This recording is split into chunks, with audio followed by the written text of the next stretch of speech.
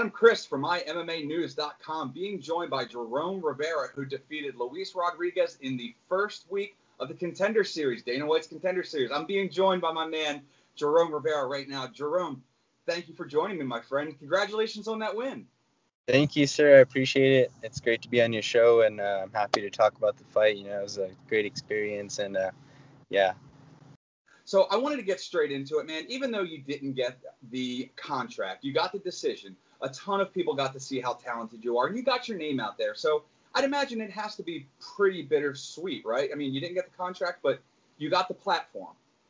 Yeah, overall, it was just a great experience. Like, even if the judges would have gave Luis the nod in that and he would have got the W, like, I would have just still said, you know, it was a great experience getting to go out there and feel out the UFC atmosphere. And, you know, even better, I got the win in a really tough fight. And yeah, I felt great. Definitely some adjustments I got to make, but just as far as like getting a taste of what it feels like to almost be in the UFC was really good. And, you know, it just makes me hungrier for more. Absolutely, man. And like we said, you didn't get the contract. Dana didn't agree with the decision. Paul Felder said he was even going with, Rodriguez. But Dana did say one day you will be in the UFC. Same thing for your opponent. Did you and Dana, did you guys talk after the fight at all by chance? No, he didn't really like acknowledge me too much, and like, you know, I was kind of calling his name after and stuff, and you know, it kind of makes sense. He didn't really think I won the fight, and I think there's a few people out there that don't think I won that fight. I think watching that fight in the heat of the moment, that was like a really close one to score, you know. He was getting the better of some of those grappling exchanges, which surprised me a lot. I wasn't expecting him to try and take me down at all. But also, like, rewatching it, I feel like I was doing damage that whole fight, and I was dictating the pace the whole fight. I was out striking him, you know.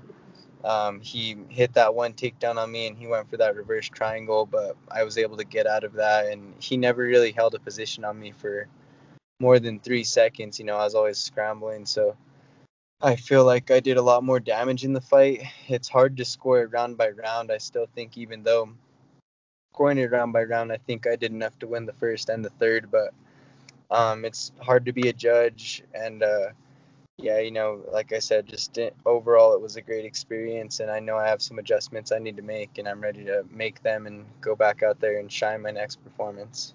And speaking of those adjustments, can you detail that? What do you think that you need to get under your wings, in your arsenal, to make it to the next level? Just like a couple of keynotes. Like, I think when I was wrestling, I was shooting on my double leg, and I was just kind of stopping right there. So next time in the future, I really want to work my chain wrestling, having that next shot in mind. Also, like the body locks, he just kept beating me to that underhook, and that was leading to him getting some takedowns. And I think just with my tall frame, like, I think I can really dominate people in that underhook and body lock game. So I really want to make those improvements there. Sitting down on my punches a little bit, and then just pulling the trigger on some of the combos I know I have in my arsenal. So, like, you know, I felt like I didn't really pull the trigger that much in that fight, and then I went and rewatched it, and I'm like, dang, actually, it was throwing a lot more than I thought. So, knowing that I have so much more in me that I can throw, and even sneakier combos and stuff, like, I'm just eager to get out there and try it again. And when do you want to get back in there? ASAP, you know. I was training for almost a year, like just training camps on and off, getting ready for a LFA title fight last October, and then getting ready for that LFA fight I had in January, and then supposed to fight in June for this one. So it was a lot of training back to back, but you know, I'm still, like I said, just hungry for more. So I want to resume training as fast as possible, just heal up these minor little bumps and bruises I got from that last fight, and then just be ready for in case I get that short notice call. So you do want to stay active for the short notice fights. I wanted to ask what your next step was going to be. I mean, you were doing your thing in LFA for a bit, and now you have the platform. So I mean, it is very plausible that you could get that call. So that is your intentions. You're going to stay ready just in case. Yeah, for sure. I think it's always played to my benefit when I'm like actively just in shape and not taking breaks in between fights. So I think for my body and everything and just the way that I train, I think that's best. So yeah, I want to keep the ball rolling.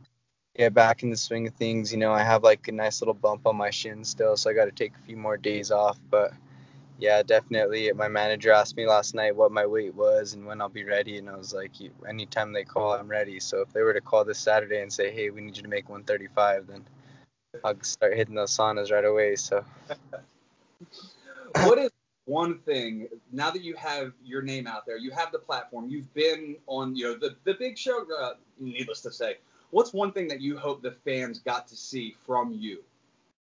I just wanted everybody to see that heart. You know, like I said, I can never promise that I'm going to go win. But I do want people to see that I go out there and fight my heart out. And I feel like that whole fight, I had my foot on the gas pedal. And I just want people to see that I push the pace. You know, I'm not a boring fighter. I go out there and I go to scrap every time. So I want to be that scrappy kid from Santa Fe. I love it, man. Well, I look forward to seeing you in the future. I know you got some training to get in. I appreciate you taking the time, man. And I want to get your name out there a little more. Social media, that's a big thing nowadays. Now that you've been on Contender Series, why not throw it out there? Some sponsors, give a little thanks. The floor is yours, brother. Yes, sir. If you want to look me up on Twitter and Instagram, it's at Renegade Rivera. On Facebook, I believe it's the Jerome Rivera. That's my fan page. One of my friends helps me out running. Just want to shout out to all my family and friends, everybody that's always behind me. I love you guys, and let's get ready for the next one. Rev Gear, always hooking me up. Shout out, guys. Appreciate all the love. Awesome, man. You heard it here. Jerome Rivera, he was successful in the Dana White Contender Series, and we look forward to seeing tons of big things from him in the future. For Jerome, I'm